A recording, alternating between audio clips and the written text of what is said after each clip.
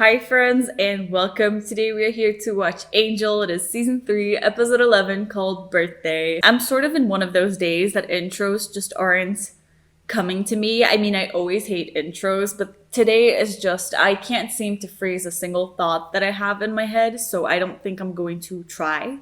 And I'm going to keep it brief and just sort of go straight to the reaction. I want to know whose birthday it is because I am a little bit confused about the title, but then again, when am I not? I mean, did you guys see the title of the Buffy episode? The next one is literally called, like, what was it? Oh, no, I doubt it. Oh, why would I do this to myself?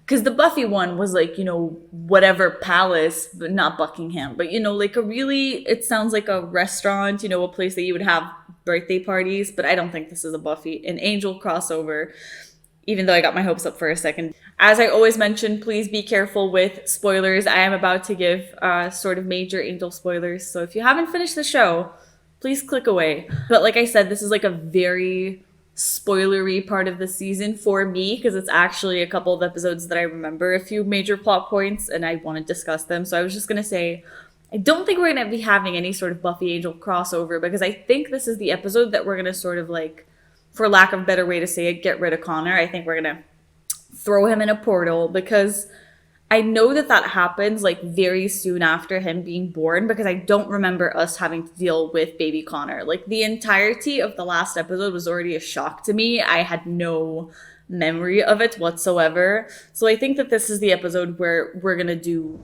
that, the whole bye-bye Connor phase of things. And so I just don't know how that connects to a birthday. But you know what? I am going to find out. So I just wanted to say thank you guys so much for watching this with me. I hope you have fun. Hope you enjoy. And I think we should just head straight into it. So let's do it.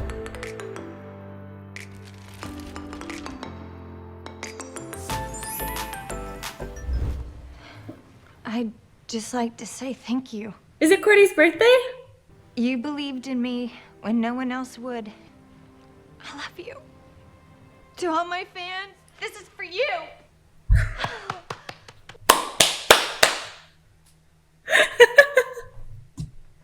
I got chill bumps all up my arms. Oh my gosh. Unless they start handing out awards for best slime and grime. Next time Angel decides to blow something up, he's cleaning his own scorch marks. Oh, Connor! Dirty people not touching the baby. But pig-drinking bloodsuckers are Oh like my gosh, so cute. Does she know? Oh shit, what? Oh, it's her birthday. Is it actually?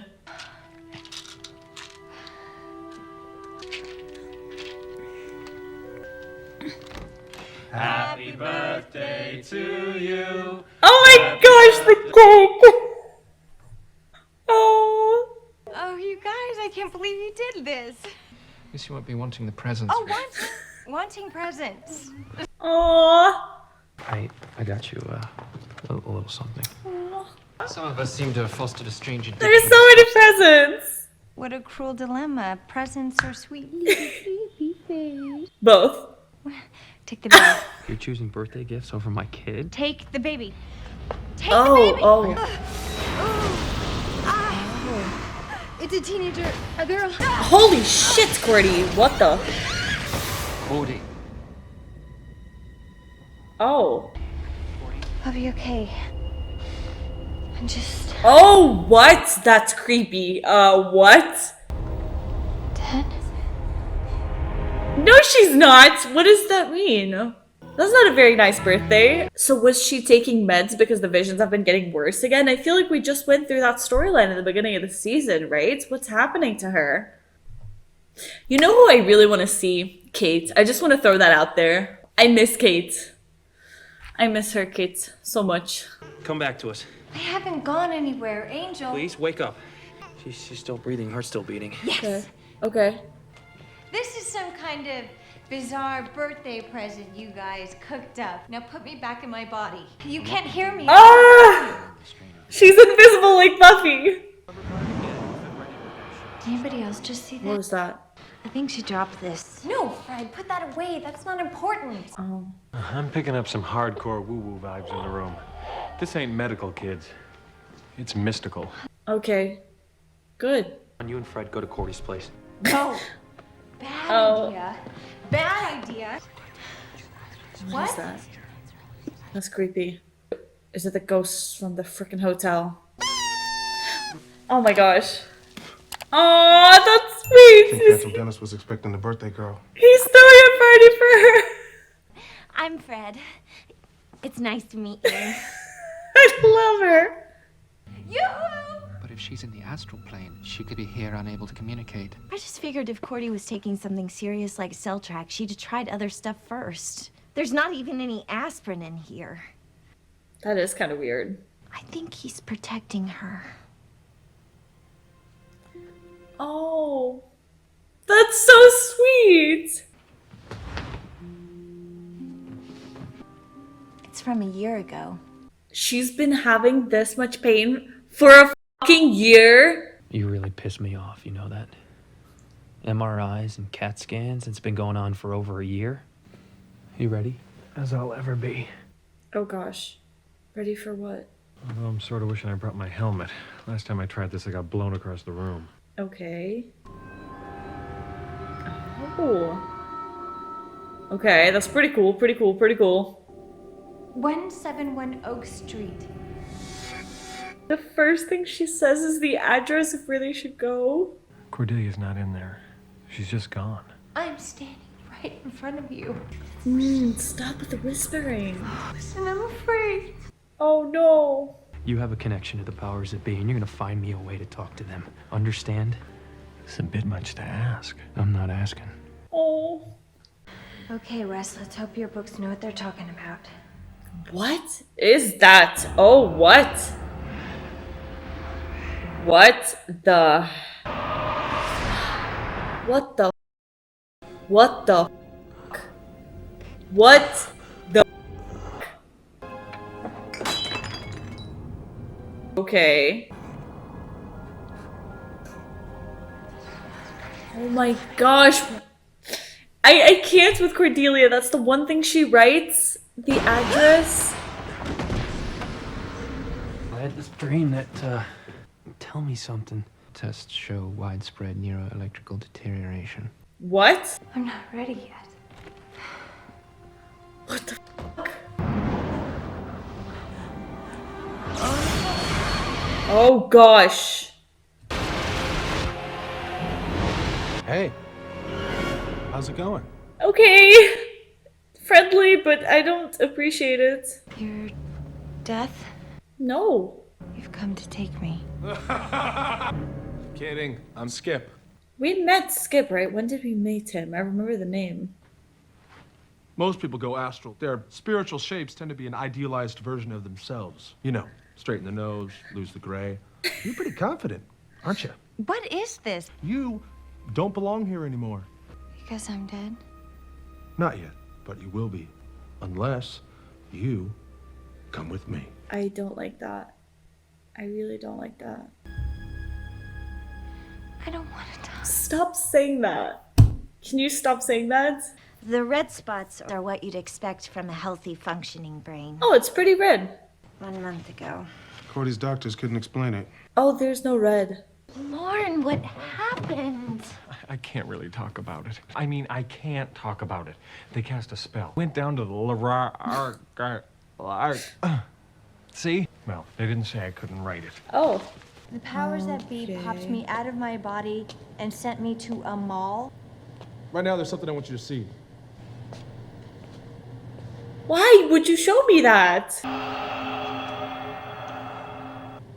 Doyle was never meant to give you those visions. What they didn't count on were his feelings for you. Doyle gave me the visions because he loved me? What I can tell you is that it was a mistake. That's not comforting. The visions are an ancient, powerful force. Demons are the only ones who can withstand them. Just ask Tammy here. Last vision I had blew out the back of my skull. Oh! You okay? Please tell me this is not Cordy leaving the show. I really thought we had so much more time before this happened. Thanks, Lauren. They're killing her. I want the powers to take them back. She suffered enough. Holy shit. Hey, I remember that night. Your entire life changed that night. Her face looking at it. Instead of cutting to the middle to meet Angel, what if this guy, who happens to be a very powerful talent agent, what would happen then? I'd, score a touchdown. Metaphorically speaking, heck yeah. She knows that stuff. Deep down, we all know our purpose in this world. Are you saying I was meant to be an actress? I'm saying you're meant to be an incredibly famous and wealthy actress. What? And the powers that be can make that happen. From this moment on, you could live the life you've always wanted. No monsters, no visions, no dying. What's the freaking catch? But no Angel. If you go back inside your body, you won't wake up. How's Angel gonna know to save that girl if I don't tell him where she is? She keeps picking everybody over herself, man. It's her dream life. Cordelia's not a champion. She's a rich girl from Sunnydale who likes to play superhero. She doesn't. No. Oh no, that's... She's weak. Skip, get me out of here now. I'm more afraid of her dying than she is. You gave me a choice, so I'm choosing. The two-time Emmy-winning star of our show, Cordelia Chase. Oh my gosh. She looks happy.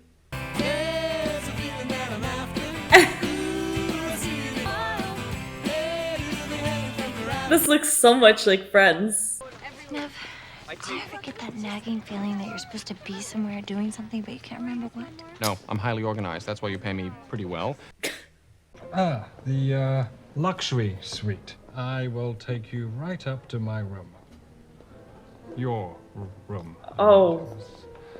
No, sir, no. This one. I want this one. It's hardly fitting for someone of your... Open it? Yes, certainly.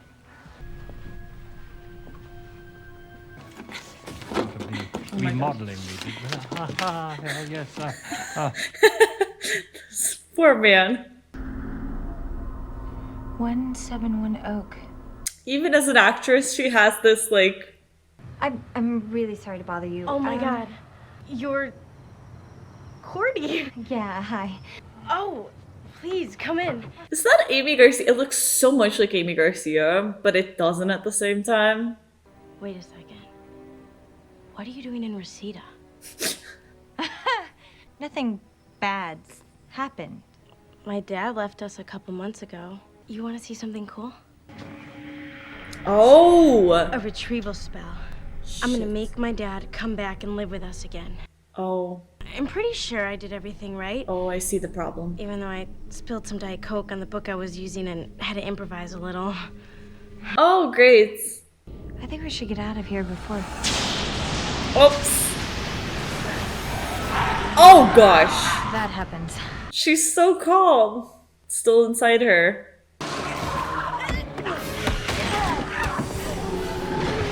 Oh, they still found a ways to each other. Nice. What are you doing here, and what happened to your other arm? Oh, so she remembers him. Oh, from high school. Maybe.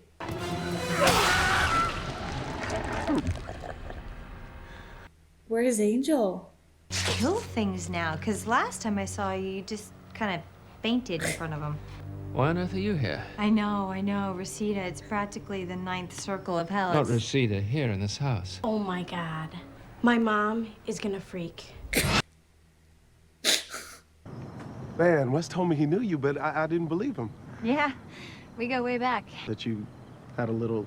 humiliating kiss where he Please drooled all over my chin. Don't remind me. But I've worked really hard to repress it. Same. Angel's not the person you knew. He retreated into himself. Him getting the visions didn't help either. Oh my god. Visions have taken a toll. And the isolation. If they're taking a toll on...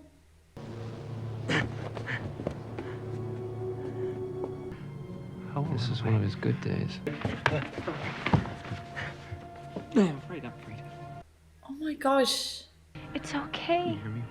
Everything is gonna be okay. It's my fault. I couldn't do anything. Everything's gonna be okay.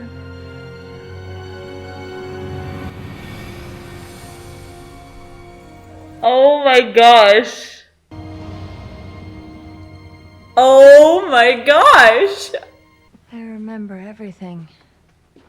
I thought that was a pretty fair trade. Sure, it's fair.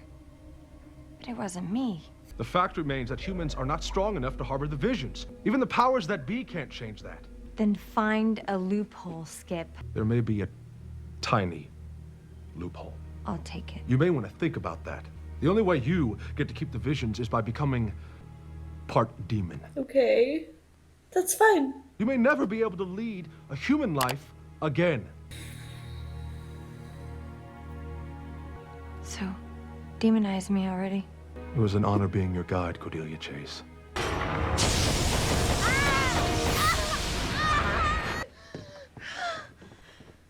Oh! I thought I lost you. No horns. No tail. Just checking. Oh.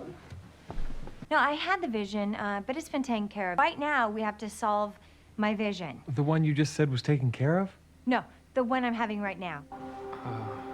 Cordy. Oh my god. That's so cool. Oh my god, that's how you're gonna end it? I'm not ready for that. I'm not ready. I don't like that. It is Amy Garcia. Holy shit. Oh my gosh. That's crazy. She's the one from Lucifer. This episode.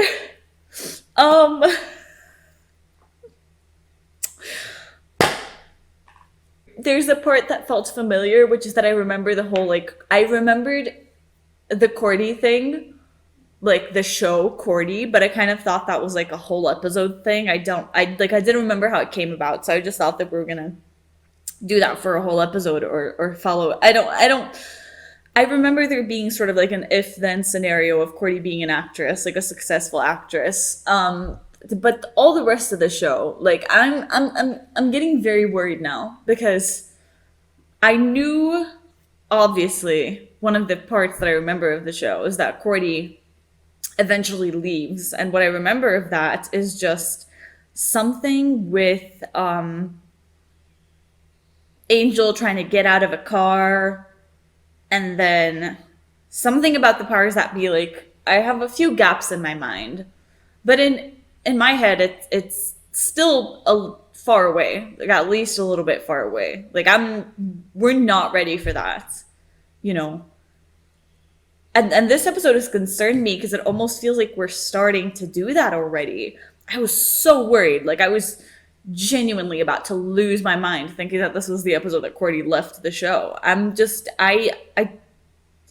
going to be so stressed out now about it coming soon. I think this was literally Cordelia's best episode. Period. There is no better Cordy-centric episode. This was Cordy at her prime. Comparing this Cordelia to the Cordelia that we met in season 1, episode 1, it's insane. It is absolutely insane, the progress that she's had since Buffy. She's become the most selfless person. I love that she found her purpose, because the whole acting thing, I'm so happy for her that she wants to be an actress, but I feel like I was also sad because it was something that I could tell that she wasn't really accomplishing like she wanted to. But now that she knows that that's not actually her calling and that she is accomplishing her calling, I feel like that's just going to make her live a happier life, and I'm happy for I'm happy for her for that. Understanding her purpose. But just this entire episode, honestly, I wanted to cry the entirety of it. It was too much because I thought it was all so beautiful. I can't even speak. I'm so overwhelmed right now. I am petrified. Cordelia, do not leave me. It can't be coming up. It can't be coming up. It can't be coming up. Because she has to leave somewhere. At least season 4. Hopefully in the season finale of season 4, right? Because I think she's not really a part of season 5. So we still have a season and a half with her in my head. At least that's what I've been thinking. And this episode has stressed me out a little, but I'm not going to let the anxiety take over me right now. And I'm going to focus on the fact that I cannot believe that Cordy, at every chance she got to communicate with them, the first thing she wanted to say was that girl's address. Like, that is too much. She's afraid, you know, she was saying it herself. She's afraid, she's scared. And she's not asking them, you know, please help me find a way to get out of this, you know, place that I'm in. She just wants them to be able to help the girl. Like, I can't with Cordy this episode. I literally absolutely freaking cannot. I mean, I can't. I can't. I really can't. It was also so great to actually see her accomplish that dream, even if it is to sort of figure out that that's not what she wants. I feel like it was so fun to be able to see her in a set and see her just, you know, live that life that we've sort of always envisioned for her, and actually being able to see it. And then I feel like it's the perfect payoff to have that be, you know, like, to have that, to have her still find her way back to the squad. Like, they'll, no matter, I love these, like, if then scenarios are like my favorite types of episodes sometimes, because I love the whole idea of people finding themselves back to each other, no matter the circumstances, no matter the universe, you know. And so knowing that they would all end up together in the same way, and also knowing that Angel loves Cordy. I mean, of course we know that Angel, like, loves Cordy, but I don't know if it was like love loves Cordy, you know. Like, are we talking like a romantic love, or are we talking like a friendship love? Because a friendship love, of course they love each other, but I just, you know, the vision passing to her kissing him was so random. Like, what? I don't know how I feel about this. I feel like I remember there being like an almost romance in between them that never happened. I mean, I think I kind of like it. I think I could see them together as a couple. I don't think that actually happens, but I think I could see it. But the kiss did feel very random. I'm surprised that the squad didn't, like, lose their minds a little bit more. Oh, but a sad part of this, I'm just now realizing, is that Fred still got stuck in Pylea. Because Cordy's the one who went to sort of, like, she's the whole reason Fred's in the story, I guess. Like, there is no Fred in this universe, at least not in, I mean, unless she never got, well, anyways, there was no Fred in the squad. Why was this episode so sad? That's what I'm trying to understand. I don't know if this episode was meant to be sad, but for me, it was devastating. I mean, I knew that it was gonna have to be somewhat sad, because the episode started off so sweet. Like, it was so great that my mouth was laughing. Within the first minute of the reaction, I was already feeling pain from smiling so hard, because it was so, I love it. So I knew there was going to be something sad, but I just didn't, you know, I didn't think it was going to be this quickly. I thought we would at least have an episode, like a lighter, happier episode, and then fuck everything up. But then they put it all in the same episode. Like, I don't feel like it was meant to be as sad of an episode as I personally found it to be. But I just think that, like I said, it was Cordy's best episode. Her character progress, there is no character progress better than Cordelia, honestly. All I could think of was my rankings. When I get to the end of the season, I always do, like, character rankings, right? And then for some reason, all I thought in this episode was, yeah, Cordy's was already going to be number one in my ranking anyways. This helps. I mean, I don't know how I could make her more number one. And the parallels, like, I feel like there were so many parallels to Cordy and Buffy, you know, not just with the whole invisibility in the first, like, it was interesting though, because Cordy took it in a more frustrated way, whereas Buffy just kind of enjoyed being invisible for a second. She kind of enjoyed not having that, I guess, Slayer pressure, whereas Cordy just felt helpless. But, you know, I feel like there were so many parallels to the fact that I feel like if this was happening to Buffy, she would do the exact same thing. I don't think Buffy would be able to choose herself. I think that Buffy, when she was trying to communicate with the squad, she would do the same. She would try and give the address, and she would try and tell them what to do to help the other girl, not herself, you know. I think that the selflessness was so Buffy. You know, I think we're at a point where Cordy and Buffy would really get along if the shows decided to make them interact, which I would obviously be a huge fan of. And I think that's what really shakes me up. And the sacrifices, you know, always sacrificing yourself. And I think the only difference would be that that Cordy seems genuinely afraid of dying. Whereas Buffy, I think we've established, is a little bit less. I think she's regaining that fear. But still, oh my gosh. My heart in this episode. My heart. Okay, I'm gonna pause. I'm gonna see if I have anything else to say. And I will be right back to discuss. Can somebody explain to me why I'm just sitting here trying to take notes on the episode and my face keeps leaking? Like, I'm not actively sitting down and crying. It's just I'm writing down and there are just tears that won't stop coming down my face.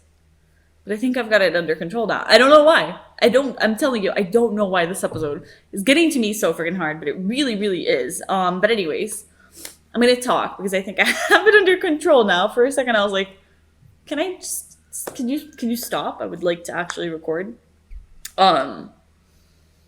Where to start? Well, I mean, I've already started the discussion, so where to continue the discussion? I guess, can you hear the kids screaming? Because same, kids, same. They're not done. Okay, whatever. Kind of want to talk about this Cordy versus being part demon now.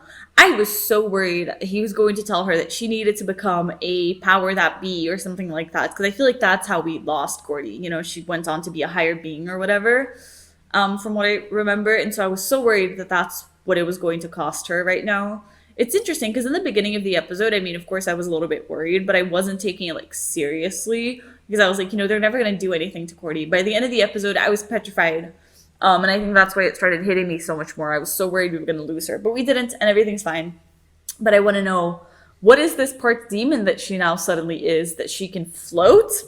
And she doesn't have horns, that's great. She doesn't have a tail, also great. I was going to say, at that point, I was like, maybe she's not even becoming part demon yet, but she was getting the visions. It was so surreal, right? To see her be able to just get the visions with no pain at all. There is no, it's just, she's able to focus so much better. She's able to be very clear about what she's seeing. I mean, it sounds like the best of both worlds, but right now I just want to understand what's the cost, because he said being part demon wasn't necessarily going to be good, and I kind of trust Skip, so I kind of want to see a little bit more about that. I mean, I think the good part about this episode is that we know that it's going to continue on. I feel like it's definitely setting up a bunch of things that we're going to be talking about.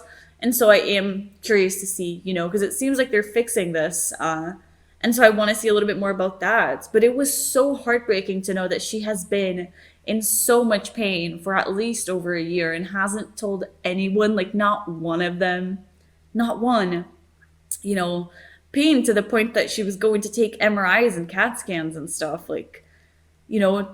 I feel heartbroken that she doesn't feel like she can share this kind of things with them, but it's so Cordy, just like it's so Buffy to, just handle it by herself because she doesn't want to concern people.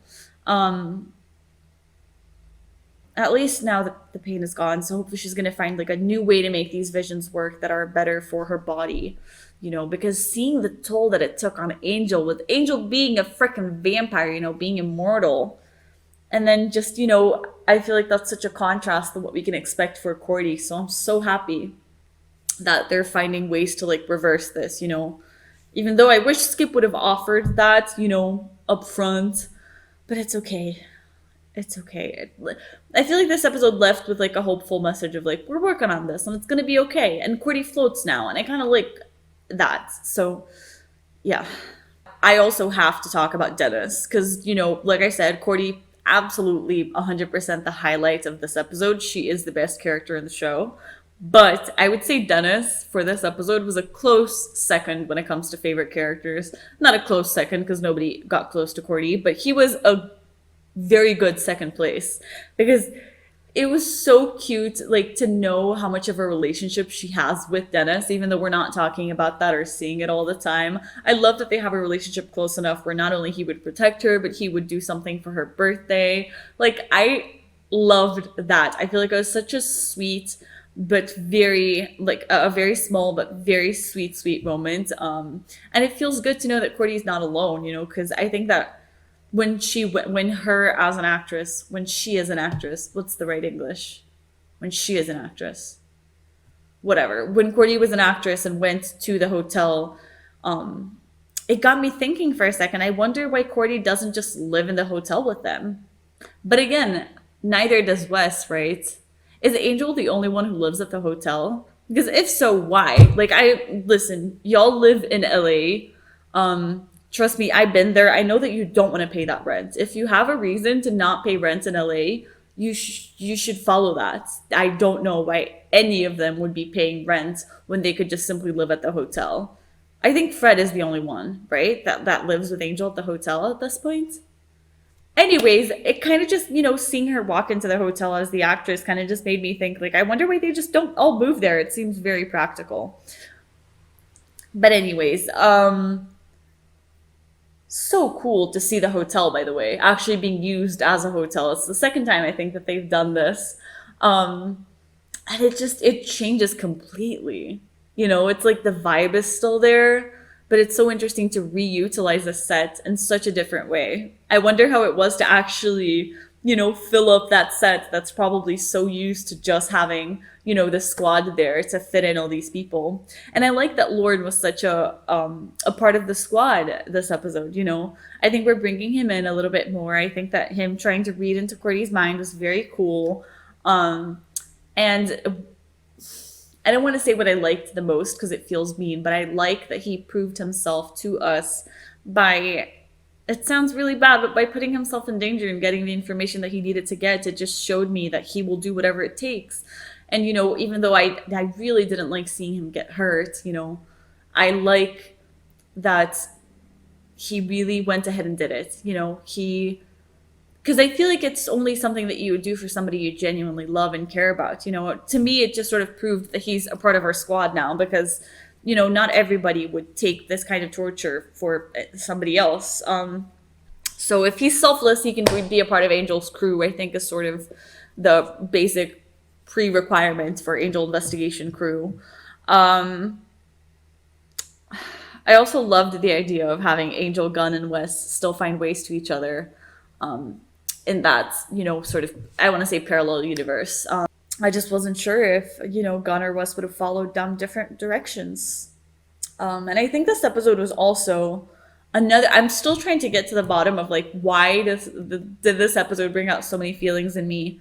And I think most of it was the Cordy fear, but I think that also something you should know about me. I have a soft spot for flashbacks and those kind of things. And so the moment where they started showing Doyle and started showing things from the pilot, like literal pilot scenes, it hurts my heart. Like, if you want to do a good character death for me, if you start showing flashbacks of when they were alive, like all the great moments, I'm out. Like, I am fully just cannot cope.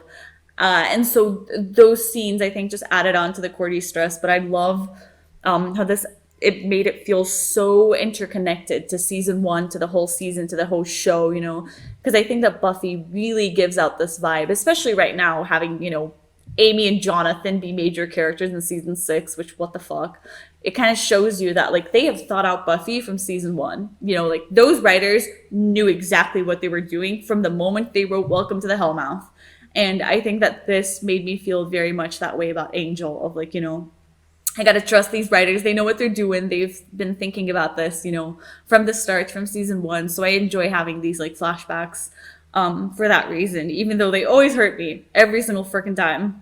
Flashbacks always freaking get to me. I really feel like this episode was an episode of people proving themselves, because the Angel, of course, also proved himself by, trying to, I want to say, almost like fight with God over Cordy. He was like, I don't care who y'all are, you're gonna listen to me right now. And I really appreciated seeing him, like, really go to war for her. He was about to do whatever the hell he needed to get her back. And it was very, like, their relationship is just very sweet. And I feel like these kinds of episodes, even though they hurt, I feel like they're kind of my favorites because they just, you can see how connected these characters are. And to me, I feel like that's what really makes the show. my only wish for this episode is I kind of wish that we got to see a little bit more of the Cordy show, you know, because like I said, I sort of remembered a little bit, like I remember the general idea of Cordy having a sitcom of sorts, just a show. And I kind of thought it was going to be a full episode. So the fact that it was just like a 1 minute long thing, it made me so sad because I'm like, I could sit here all day. I could have an entire episode of Angel right now where it's actually just Cordy's show and we get to see what it is, you know, because I thought it was so fun that they picked sitcom as a format. I mean, she could definitely be working in like, you know, an like a drama show, but I think it adds up that Cordy would be a sitcom actor. I think that's true. She can definitely get a laugh.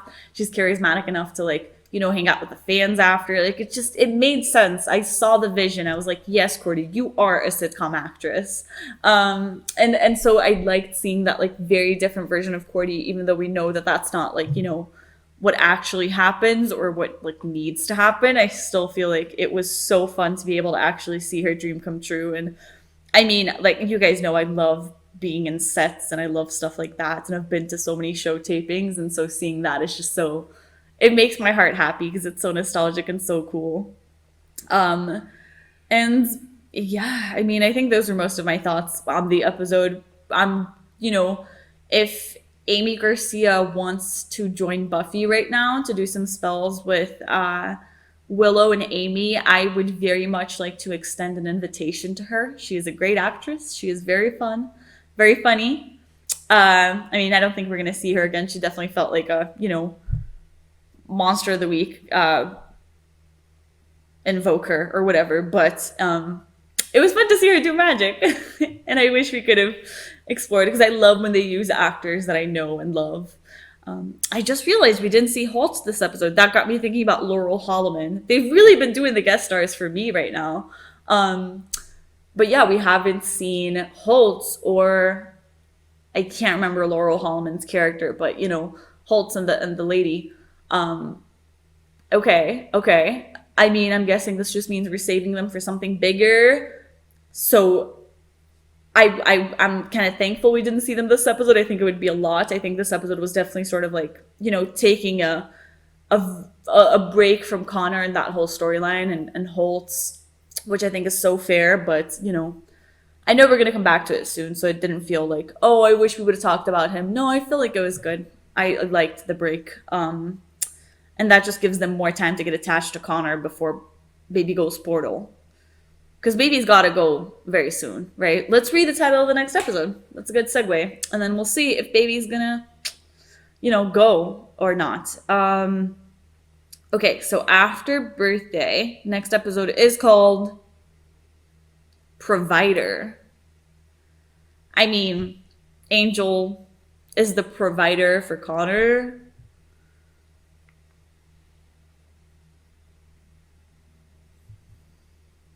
I guess I have Connor on my mind right now. I feel like we're good. In my head, this baby literally does not exist. He goes like straight from the womb into the portal. So I have to make a suggestion. Like, so my prediction has to be about that. I'm going to be the girl who cried wolf again. And I'm going to say that the next episode has to be Connor getting thrown or sucked or going into the portal. So I don't know if that's true or not, but I guess we will find out very soon. So I thank you all so much for watching this with me. I hope you had fun, and I will see you in the next episode. Bye.